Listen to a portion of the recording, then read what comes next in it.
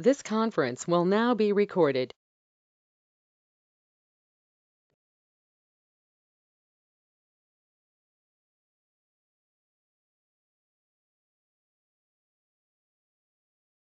Today's topic is retinopathy of blood disorders. This includes sickle cell retinopathy, anemic retinopathy, and retinopathy in leukemia. What is the main pathology for sickle cell retinopathy? What will happen when there is hypoxia or erythrosis? What will happen to the red blood cells? The red blood cells becomes more rigid. They cannot pass through the small capillaries. What will happen when they cannot pass through the small capillaries, red blood cells?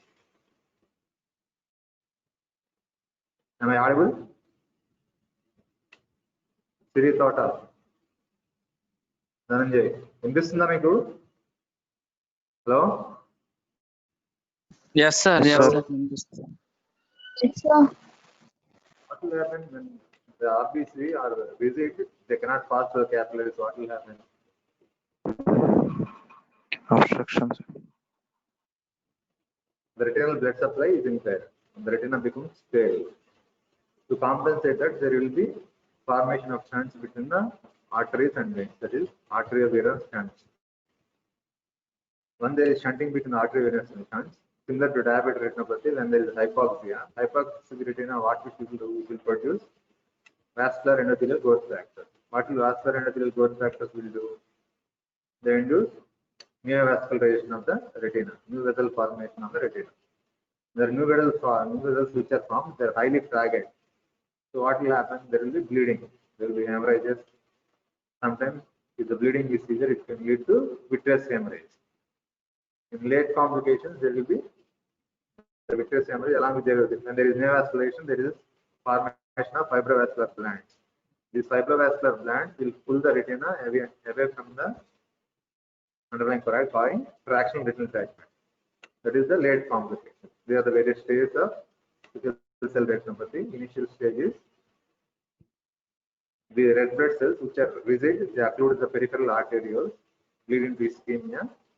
Whenever there is ischemia, to compensate that, there will be formation of collaterals between arteries and veins. That is peripheral arteriovenous shunts. And also there will be hypoxia causes, induces formation of vascular endothelial growth factors, which leads to neovascularization. The newly formed vessels are highly fragile, leading to vitreous hemorrhage. Vitreous hemorrhage, if it is in the macular area, it obscures the vision. Sometimes it can be in the form of prehyaloid hemorrhage or boat-shaped subhyaloid hemorrhage. The fibrovascular bands, they pull the retina, causing fractional retinal detachment. There are the various stages. Stage 1, stage of peripheral arterial occlusion due to the highly rigid red blood cells. They occlude the capillaries and cause ischemia. Stage 2, formation of arteriovenous shunts or anastomosis. Stage 3 is stage of neovascularization. Stage 4 is stage of vitreous hemorrhage. Stage 5 is fractional bands and fractional retinal detachment. They are the various stages of sickle cell retinopathy.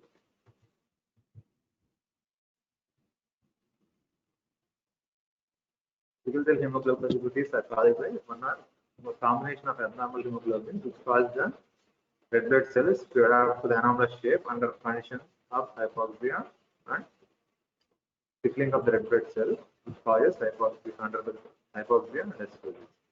Because of this, deformed RBC are more rigid than healthy cells.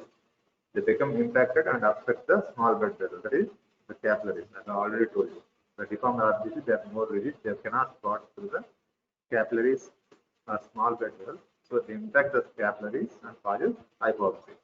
Whenever there is a hypoxia, it causes proliferation of production of vascular endothelial growth factors.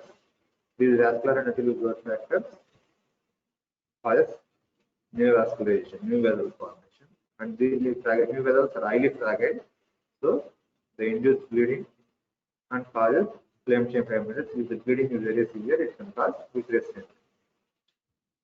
So there are the complications. Stage 1, stage of occlusion and ischemia. Stage 2, anastomosis, arteriovenous anastomosis. Stage 3, neovascularization. Stage 4, vitreous hemorrhage. Stage 5, stage of complications like fractional bands and fractional ligament. Here you can see here. This first picture shows this is arteriovenous anastomosis. What is this one? C-fan neovascularization. This is the neovascularization. You can see here new blood vessels on the retina. They are highly fragile and produce hemorrhages. Here you can see the hemorrhages. Here also you can see hemorrhages. Sometimes this is neovascularization, not hemorrhage. Arteriovenous anastomosis is neovascularization. This is neovascularization. C-fan neovascularization.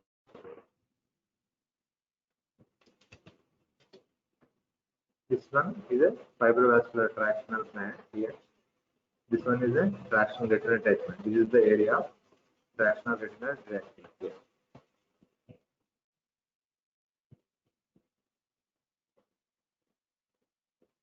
This is the area of tractional retinal peripheral retinal detachment. This is the fibrovascular, proliferative fibrovascular tractional plant. This is the area of tractional retinal detachment.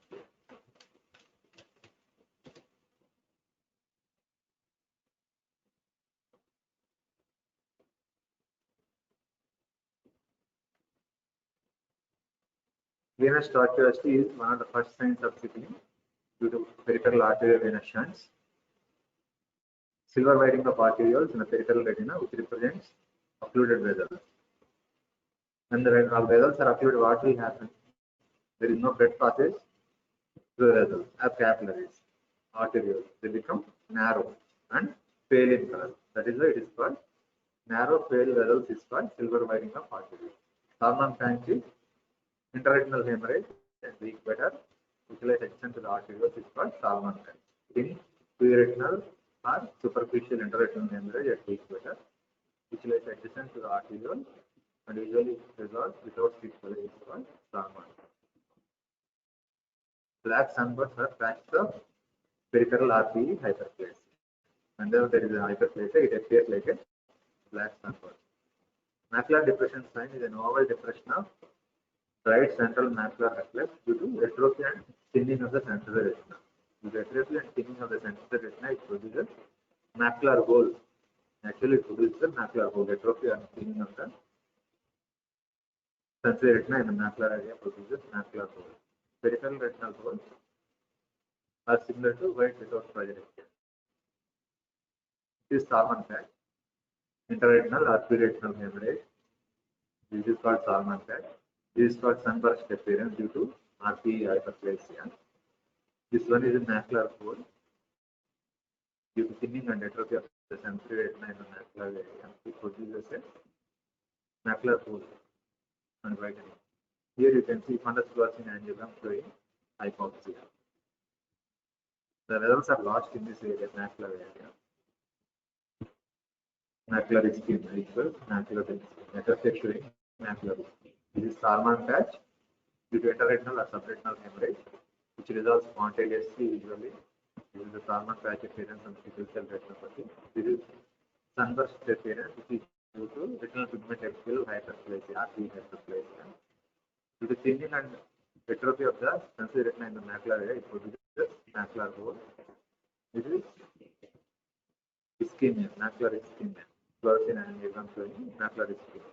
How do you diagnose macular ischemia? You can see here. These are the capillaries. These vessels are absent here. These are the vessels. Here you can see only blackish appearance because there is no blood supply to this area. It appears black in color. Hypofluorescence. Whenever the vessels are present like this, it appears as hyperfluorescence. This is the hyperfluorescence. This all is hyperfluorescence. We will diagnose ischemia by hypofluorescence. This is hypofluorescence area. This is hyperfluorescence. Because the retina here is hyperfluorescence because the blood supply is present. Again, you can see here patches of ischemic areas here. These are the ischemic areas. Hypofluorescence spots here. This is a large ischemic area in the macular region. This entire region. Again, this is hyperfluorescence. Arterioles and veins. Again, medicine retina is hypoplastic. Here also hypoplastic. Salmon patch appearance, which resolves spontaneously. RP hyperplasia, which appears as sunburst appearance. Here you can see macular hole due to thinning and atrophy of the central retina. Here is ischemia of the retina. Ischemic retina showing hypofluorescence. The adjacent retina is hyperfluorescent. It is hypofluorescent. Okay. So, how will you manage the case of sickle cell retinopathy? Pan-retinal photocoagulation is effective in reducing the neovascularization. Pastana vitrectomy is required for vitreoretinal fractional band. It should be followed by repair of the retinal detachment, which is Pastana vitrectomy is the treatment of that for fractional band and retinal detachment.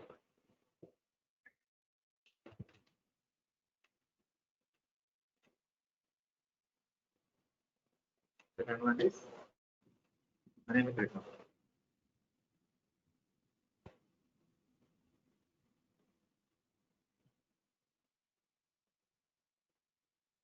So what will happen in anemia?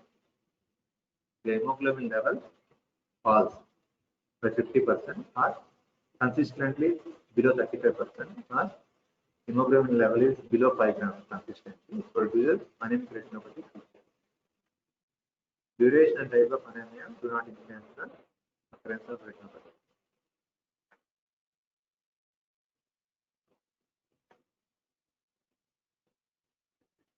The factors involved, when there is no hemoglobin, what will happen?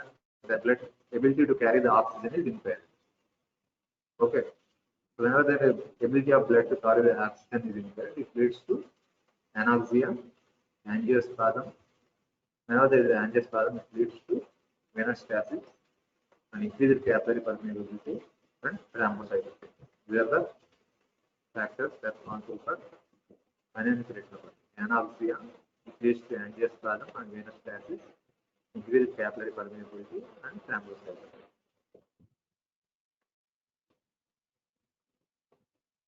Fundus becomes pale. Background of the fundus becomes pale. Retinal arterioles also, they are congested. Whenever they are congested, they become pale. Retinal veins are dilated and tortuous. Retinal hemorrhages, they are superficial frame-shaped retinal hemorrhages throughout the retina. Subhyaloid hemorrhage, pre-retinal subhyaloid hemorrhage is present in posterior half of fundus. Rod spots are hemorrhages with white center. It's called rod spots. Hemorrhages with white center is called rod spot. The white center contains platelet and fibrinal hemorrhage constitute the white center. Harmful spots may also be seen, especially in patients with coexisting thrombocytopenia and epileptic anemia. They are the fundus changes in anemic retinopathy. Congested. Retinal arterioles becomes pale. Veins are tortuous and dilated. Superficial frame-shaped hemorrhages are present throughout the fundus. Sometimes pre-retinal hemorrhage or boat-shaped submenoidal hemorrhage is present. Dark spot is whitish area within the hemorrhage is called dark spot due to presence of platelet and fibrin emboli constitute the white center. Hot-hole spots may be seen in patients with especially with thrombocytopenia in epileptic anemia. These are the fundus. Here you can see. Where is subhyaloid hemorrhage in this picture? Where you can see subhyaloid hemorrhage. First picture. Where are superficial? These are the superficial flame-shaped hemorrhages here. They are all the superficial flame-shaped hemorrhages. And what is this? This is a subhyaloid hemorrhage. Boat-shaped subhyaloid hemorrhage. They are all superficial flame-shaped hemorrhages. They are all the cotton spots. This is a rod spot. Hemorrhage with the central white area is called rod spot. They are present due to formation of platelet and fibrin emboli is called rod spot. Here you can see. Hemorrhage with the whitish area in the center is called rod spot. There are also superficial flame-shaped hemorrhages. These are all the cotton wool spots. This is a subhyaloid hemorrhage, boat-shaped subhyaloid hemorrhage. There are all superficial flame-shaped hemorrhages. You can see veins are dilated and tortuous. Whereas arteries are narrowed. There is narrowing of the arteries There is venous dilatation and tortuosity. Veins were dilated and tortuous. Arteries are very much narrowed. You can see here also. Arteries are very much narrowed. Venous dilatation and tortuosity. Flame-shaped hemorrhages. Subhyaloid hemorrhage. Both shaped subhyaloid hemorrhage. So, here. Sorry.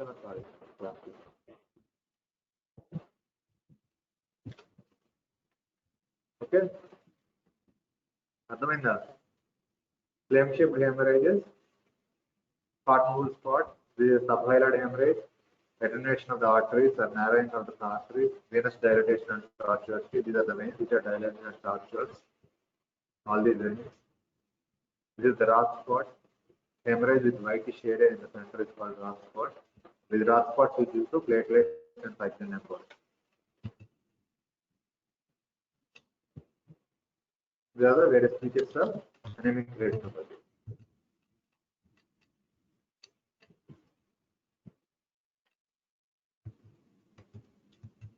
So what you have to do? You have to treat the anemia, underlying cause.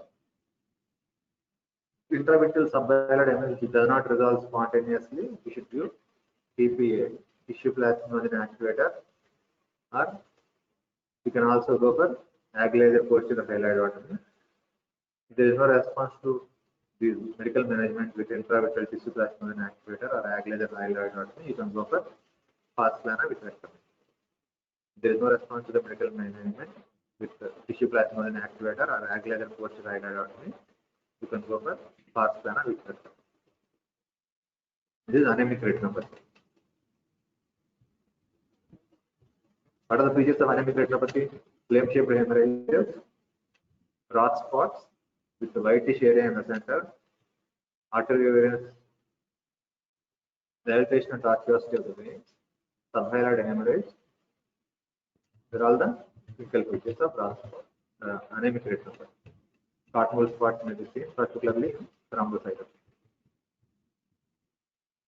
Here also you can see retinopathy in patients with severe anemia. These are the retinal hemorrhages. There are the cottonwool spots. You can see venous dilatation and tortuosity. This is venous dilatation and tortuosity. There are the cottonwool spots. There are the flame-shaped hemorrhages. Arteries are narrowed. Veins are dilated and tortuous. These are the cottonwool spots. 1, 2, 3, 4 cottonwool spots. There are the hemorrhages. 1, 2, 3. You can see 3 to 4 hemorrhages. There are cottonwool spots here. 5 cottonwool spots separate. 1, 2, 3, 4. There are cottonwool spots. There are the hemorrhages. There are the hemorrhages. Here you can see clear flame-shaped hemorrhages, boat-shaped subhyaloid hemorrhage here. There are the cottonwool spots. This is the venous dilatation and tortuosity. This is the rock spot. Whitish area in the center of the hemorrhage is called rock spot. Treatment: intravitreal tissue plasminogen activator or Aguilar hyaloidotomy for boat-shaped subhyaloid hemorrhage. If there is no response, you have to go for vitrectomy.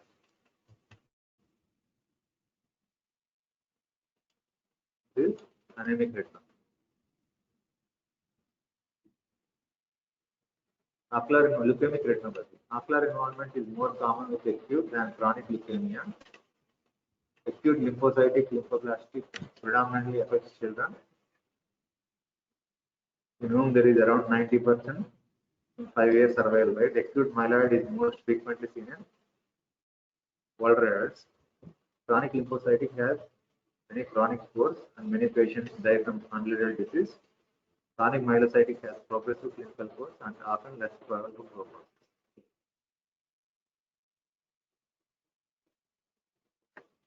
There are the various types of leukemia. Picture is same in anemic retinopathy and leukemic retinopathy. Fundus background is pale or orangish in color. Veins are dilated and tortuous. Hemorrhages and cottonwool spots. Flame-shaped hemorrhages and cottonwool spots are present. Dark spots are retinal hemorrhages with white centers. composed of fibrin and platelets. They occur in acute leukemias and range of other conditions such as bacteremia. Rot spots are also seen in subacute bacterial endocarditis, diabetes, hypertension, and anemia. There are the conditions where you see rot spots: subacute bacterial endocarditis, diabetes, hypertension, and anemia. There are the 4 conditions where you see rot spots. Peripheral neovascularization is an occasional feature of chronic myeloid leukemia. Perivascular leukemic infiltrates, which are seen as grayish white lines along the course of veins, are seen in later stages. Subhyaloid hemorrhage is a large periretinal hemorrhage may also be seen. All these features are similar to anemic retinopathy. Flame-shaped hemorrhages, venous dilatation and tortuosity, subhyaloid hemorrhage. They are all the features similar to anemic retinopathy. Rot spots. Rot spots are seen in anemia, diabetes, hypertension, and leukemic retinopathy. Other than this, you can see perivascular leukemic infiltrates seen in grayish white lines along the course of veins, seen in later stages. Picture same as anemic retinopathy. These are the flame-shaped hemorrhages. They are all the cottonwool spots. They are all the flame-shaped hemorrhages. Venous dilatation and tortuosity, attenuation of the arterioles. They are all the cottonwool spots. 1, 2, 3, 4. Venous dilatation and tortuosity. This is a, what is this picture? Subhyaloid hemorrhage, similar to anemic retinopathy. This is a retrohyaloid hemorrhage.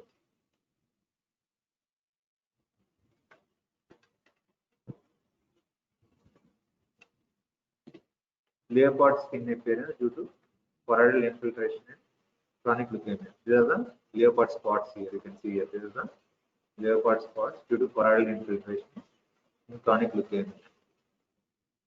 There are all the leopard spots appearance.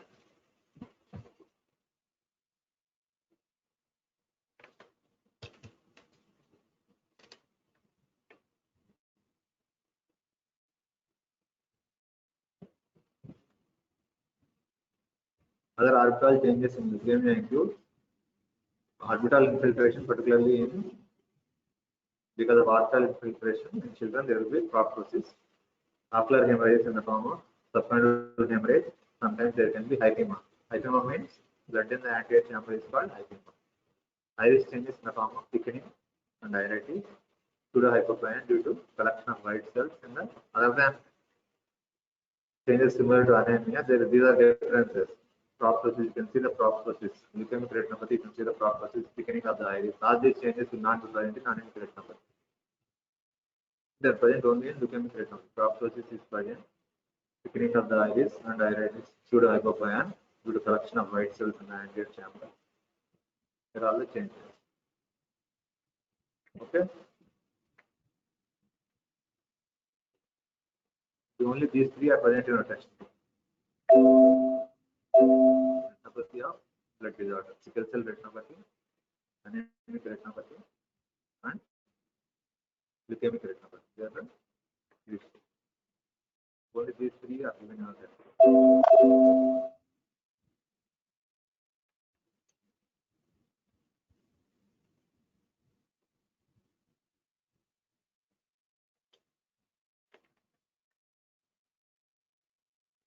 What is this one? Fractional retinal detachment, peripheral retinal detachment. This is proliferative fractional branch. This one arteriovenous shunt. This is neovascularization. Cetan neovascularization. This is arteriovenous shunt. These are the features of phase of sickle cell retinopathy. Stage of peripheral arterial occlusion and ischemia. Stage 2, arteriovenous anastomosis. Stage 3, neovascularization. Stage 4, vitreous hemorrhage. Stage 5, vitreoretinal band and traction detachment.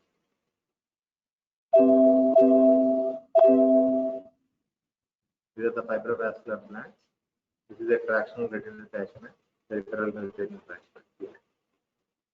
These are the arterial venous shunts here. This is CPAM neovascularization. This one. This is sickle cell retinopathy. This is Salmon patch. This is RPE hyperplasia, producing sunburst appearance. This is a macular hole due to atrophy and thinning of the sensory retina.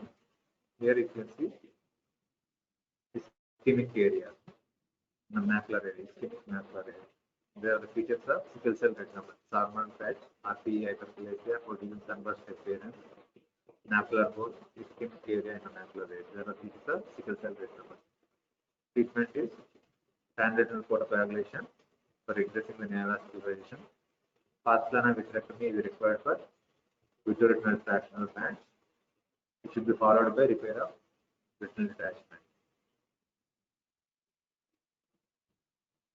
This is anemic retinopathy. Fundus changes are flame-shaped hemorrhages, dilatation and tortuosity of the vein, subhyaloid hemorrhage, dark spots. There are all the features of anemic retinopathy. To treat the underlying anemia, there is large subhyaloid hemorrhage which does not resolve spontaneously. You should give intravitreal tissue plasminogen activator or ag laser posterior hyaloid otomy. If there is no response to intravitreal tissue plasminogen activator or ag laser posterior hyaloid otomy, you should go for pars plana vitrectomy. This is the treatment of anemic retinopathy. To treat the underlying anemia, there is any large hemorrhage, subhyaloid hemorrhage, you should give intravitreal tissue plasminogen activator or ag laser posterior hyaloid otomy. If there is no response to the medical management, then you have to go for surgical management. Surgical management is pars plana vitrectomy.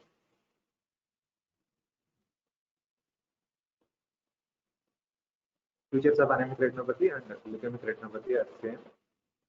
Flame-shaped hemorrhages, cartmule spots, rot spots. Rot spots are seen in 4 conditions: subacute bacterial endochondritis, diabetes, hypertension, and anemia. There are the 4 conditions where you see rot spots. Rot spots are whitish area within the hemorrhage is called rot spots. They contain platelet and fibrin emboli. This is the subhyaloid hemorrhage. This is the retrohyaloid hemorrhage here. Leukemic retinopathy. They are the leopard skin appearance in leukemic retinopathy, chronic leukemia. They are leopard spots here. Infiltration of the choroid in chronic leukemia. Other features include proptosis, thickening of the iris.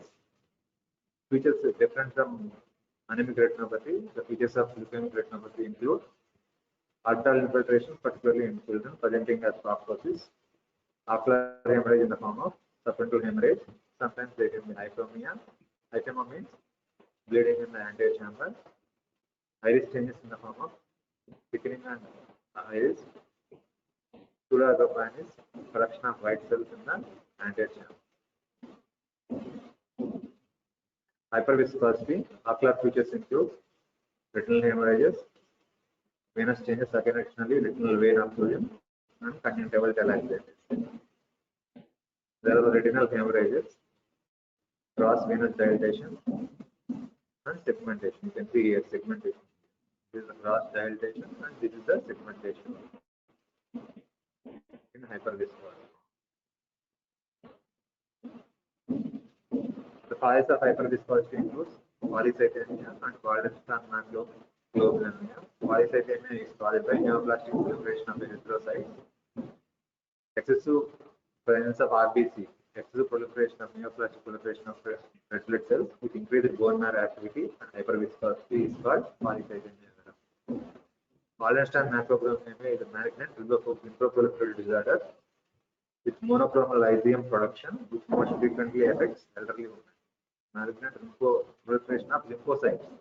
This proliferation of lymphocytes, particularly monoclonal lysium production, which most frequently affects elderly men. Hyperviscosity is characterized by increased blood viscosity due to polycythemia vera or abnormal plasma proteins. These are the hyperviscosity disorders. Clinical features include retinal hemorrhages, venous changes, retinal vein occlusion. These are the venous changes, severe dilatation of the vein, segmentation, hemorrhages. very small topic. Okay, అర్థమైందండి? Doubts ఉన్నాయి? Hello, students. Aditya, very small topic. Only sickle cell retinopathy, anemic retinopathy, and leukemic retinopathy. These three topics are given in your textbook. Hyperviscosity is not given in your textbook.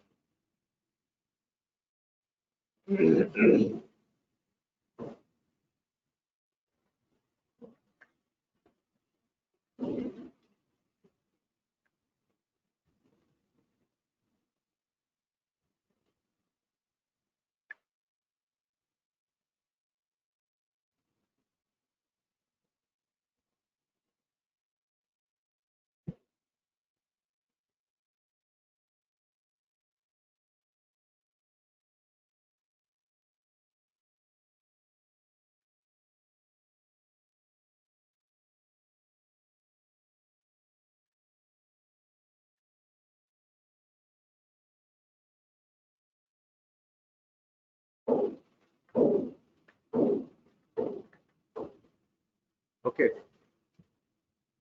this concludes the topic.